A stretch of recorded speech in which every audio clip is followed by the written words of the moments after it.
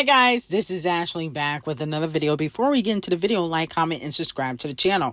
We got a lot to discuss, okay? Definitely something going on in Hollywood.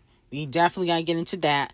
But first, we gotta get into Cardi B sneak dissing Icespxcë, Wëëtíë, Bia, or JT. She went on Spaces, of course, because she ain't got no real friends. So she has to vent on the internet because Star Criminal, who probably was her only friend, is in prison.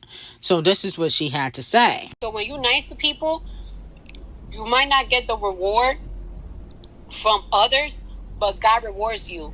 That's why I'm so relevant, and I only got one album out, and it's been 8 years because God just knows my heart. But I think God knows that my heart been damaged too much, and I gotta eat. I gotta eat. I'm snatching plates. Snatching plates. I'm not eating bitches' plates. I'm snatching that shit. Taking that shit. Violating everybody. I don't give a f***. This industry ain't what they give ya. This industry is weird. You expect me to believe that you write your own raps, bitch, and you can't even go toe-to-toe with me, bitch? I'm violating you right now, bitch, and you don't even know what the fuck to say. I was arguing with a rapper, bitch, and I told her that shit. Like, it's like, bitch, you can't even argue, bitch. You expect me to believe you write your own rap, bitch, and you don't even know what the fuck to say, bitch? Look at you stuck, bitch. Let's go to a booth, bitch. I really did tell that to a bitch. I got it on record and everything. Okay, so Cardi B is calling out other female rappers for not writing. The irony. I'm like, Cardi B talking tough, saying that she don't believe other female rappers write when she has a known writer, Partisan Fontaine. Oh my goodness, this is hilarious. Now, a lot of people are speculating that this could be about Bia. Remember, Bia and Cardi B got into it last year, okay? And Bia spilled some tea that Cardi B was cheating, which Off the Cheat confirmed. But Bia released that diss track, which I thought was fire. Cardi B never responded to that. So I don't understand how she can talk about nobody coming for her neck or nobody saying anything to her when Bia did respond and she threw some shots at you. But fans are also speculating that it could be about Icespxcë. You know, Icespxcë, she threw some shots at Cardi B and BB Belt, as we went over many times.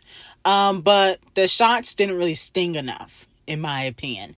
So, you know, it could be about Icespxcë. It could be about Wëëtíë. Her and Wëëtíë don't get along because Wëëtíë allegedly slept with Off the Cheat. So let me know who you think this is about, okay? I feel like with Cardi B, though, I don't feel like she's as relevant musically as she's trying to make it out to be. You're relevant social media wise, but musically you're not as relevant as you used to be. You couldn't just drop a song and it instantly go top 10, top 15. Okay? Nicki Minaj could do that. You would drop a song, it has to have a music video.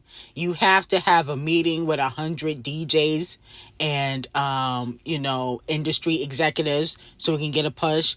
You don't have organic hits, okay? Bozo's dropped and it also flopped, okay? You had a music video, had playlisting. You had a big budget behind that record. Also, all of the remixes and collaborations you did last year flopped. You're not that girl musically. You're relevant because you do a lot of social media antics. You're big on social media. You have a social media personality.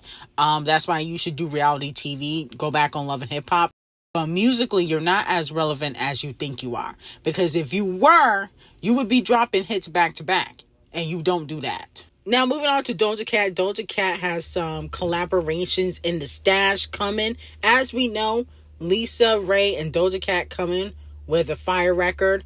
But not only that, Doja Cat allegedly got another collaboration with a pop star.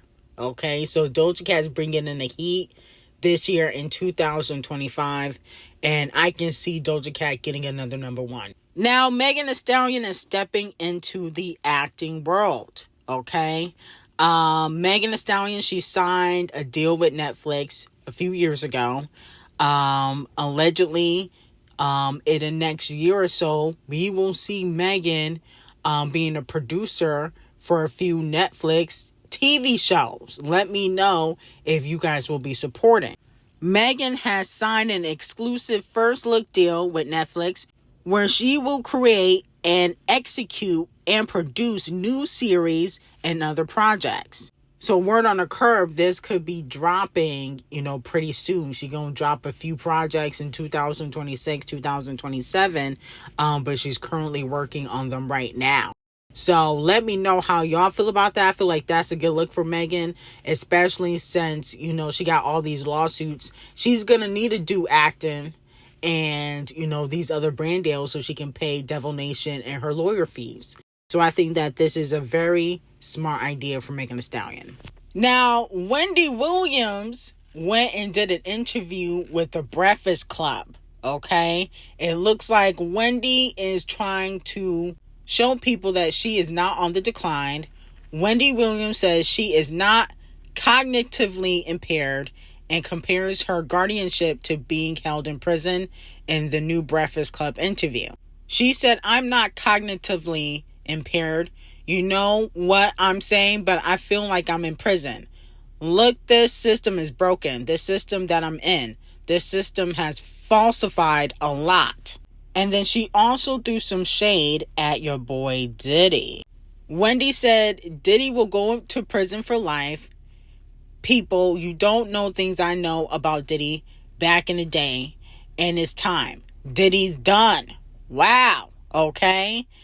So that's what Queen Wendy has said. Now, I'll be honest with you. I never really watched Wendy Williams like that, to be quite honest. Like every day. I know she had like a show every day. Didn't watch her every day.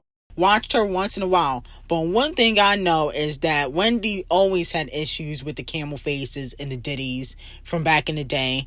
Allegedly, Diddy threw her out of the studio when she was getting busy with Biggie back in the day. That's some tea that people don't know about. Not saying Wendy was ran through, but I do know she did sleep with some rappers back in the day. And oftentimes, they used to sleep with her, and then they used to hit it and quit it. They would never claim Wendy. No shade. Maybe because of the way she looked. But at the end of the day, I know she always disliked Diddy because of the way he treated her. And then also, she did get fired from Hot 97 because of Diddy too. Now, moving on from that, ASAP the colorist gets exposed for lying in court. ASAP the colorist attorney is currently on trial with ASAP because ASAP did shoot ASAP Rocky, okay, one of his crew members. So ASAP the colorist could be sent to the clink. Now, in the courtroom debate, the judge asked what Rihanna is in her relationship with ASAP the colorist. Are they actually married? ASAP the colorist called Rihanna his common law wife. And that's what ASAP the colorist attorney said to the judge. The judge responded and said, if they are not legally married, we prefer that she not be referred to as wife. Okay? And obviously, they're not legally married. Okay, that's why ASAP and his attorney referred to Rihanna as the common law wife.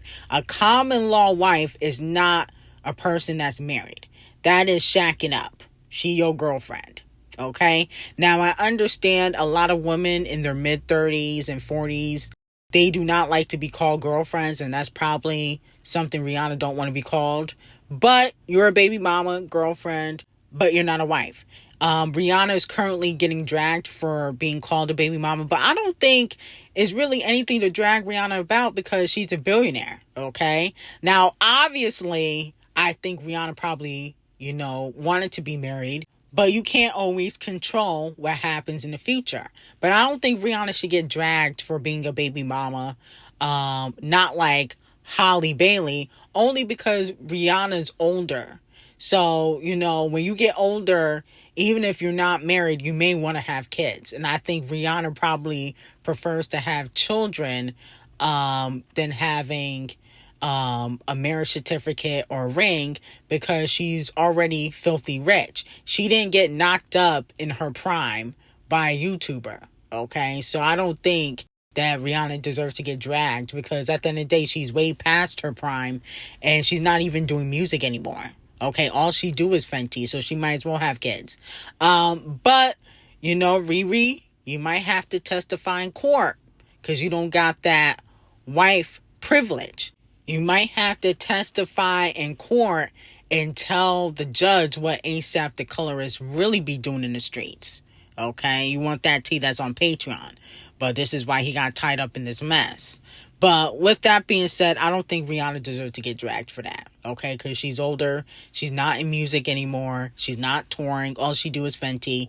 So when your career starts to slow down, that's when most women want to get pregnant and have kids. Now, moving on from that, Nashville scene comes to Queen B's defense after Luke Bryan's words last year, basically subliminally being rude to Queen B. They said when it comes to star Luke Bryan, who weighed in on why Queen B was snubbed at the Country Music Awards, he answered it in a way that we've grown accustomed to: passive, nice white guys answering when they refuse to apply the most minuscule molecule of critical thinking to complex topics regarding race and gender. In an earnest tone, Bryan protested to SiriusXM Radio that everybody loved that Queen B made a country album. Nobody's mad about it. But then he argued that if she wanted to be accepted by those in country music industry, she needs to come be country with them a little bit and come to an award show and high five us. Nashville scene said that was obtuse thing to say from an individual who literally shared the same stage as Queen B at the Country Music Awards in 2016, but maybe he suffers from selective situational amnesia. Perhaps he forgot that the rejection she received from those very hands he desperately wants her to high five is part of the reason Cowboy Carter exists. For Bryan to suggest that she could come kiss their asses to gain their respect is perpetuous and laughable. Okay?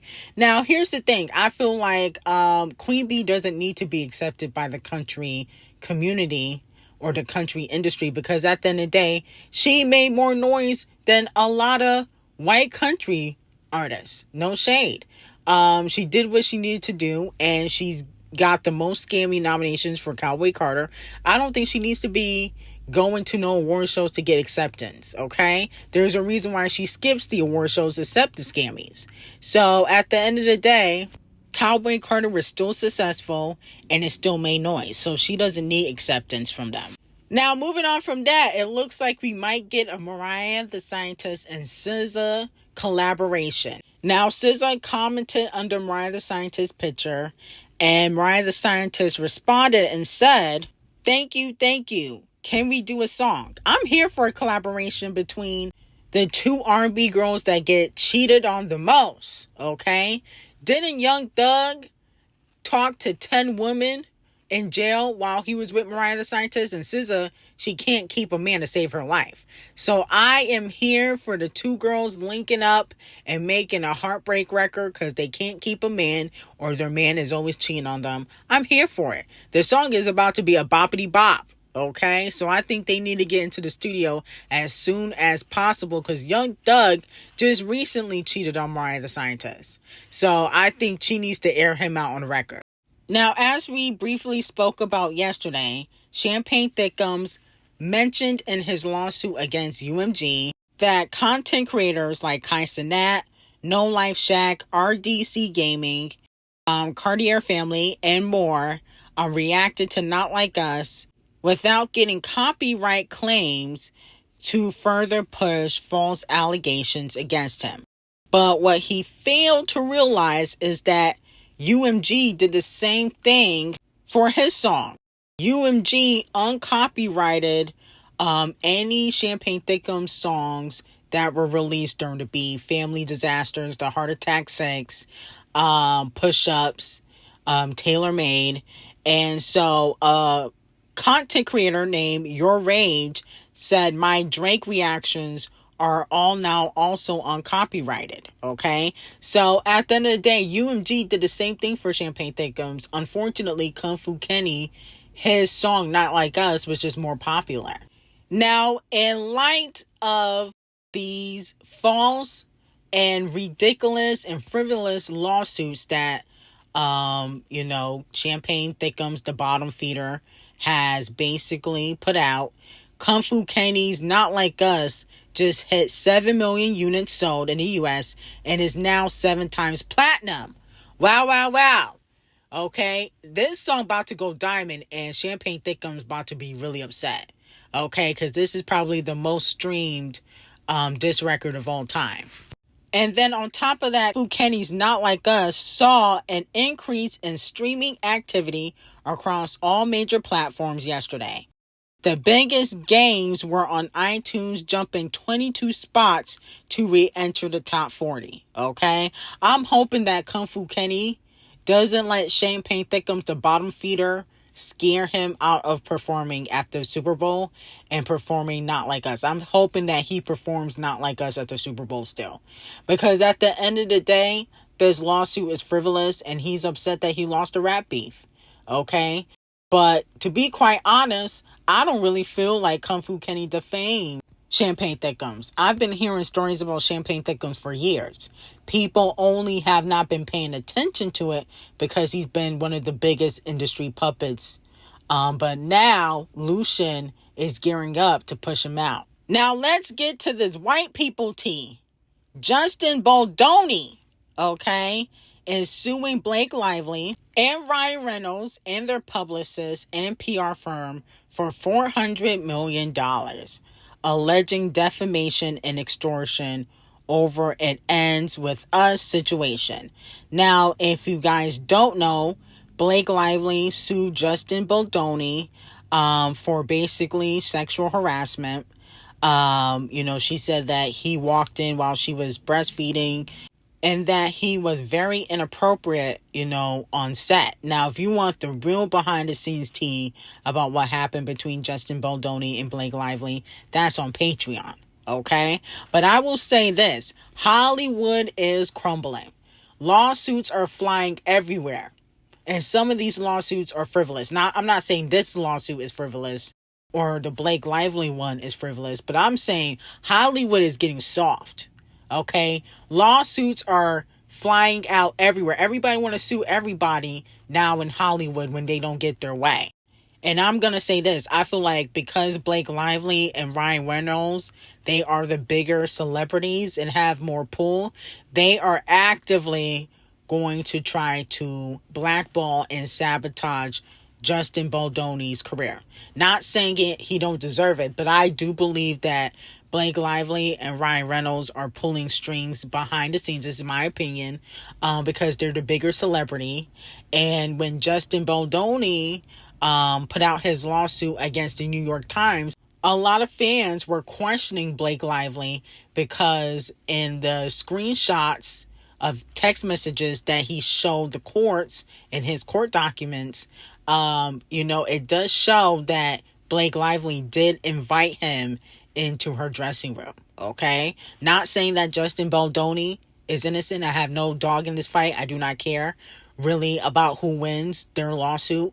But, I guess there's 3 sides to every story. So there's his side, Blake Lively's side, and then there's the truth. So let me know who you guys think is going to win in court and how do you think this situation is going to end. Now, moving on from that, fans are calling out Doechii because she had listed her influences for her last mixtape in a recent interview. She named Miss Lauryn Hill, Outkast, Kendrick Lamar, Wayne, MF Doom, but she left out Nicki Minaj. A lot of fans feel like she is influenced by Nicki. Okay, but I also feel like I can see why she lists those people. I definitely hear an Outkast, a Kung Fu Kenny influence in her. I don't know about Wayne though. I think she should have swapped out Wayne for Nicki. I don't know if I hear a Wayne influence, but she probably wanted to mention somebody from Young Money. But she unfollowed Nicki. So I don't understand why people expect her to acknowledge Nicki when she really may not really fool with her like that. Now I heard that Doechii's still a fan of Nicki Minaj, but she just did not like the Bigfoot situation. But she's still a fan of Nicki, but she wasn't here for what happened with her and Megan. So, it could be like that sometimes. So let me know how y'all feel about it. I got some hot tea on Patreon. Link will be in the description. And have a great day.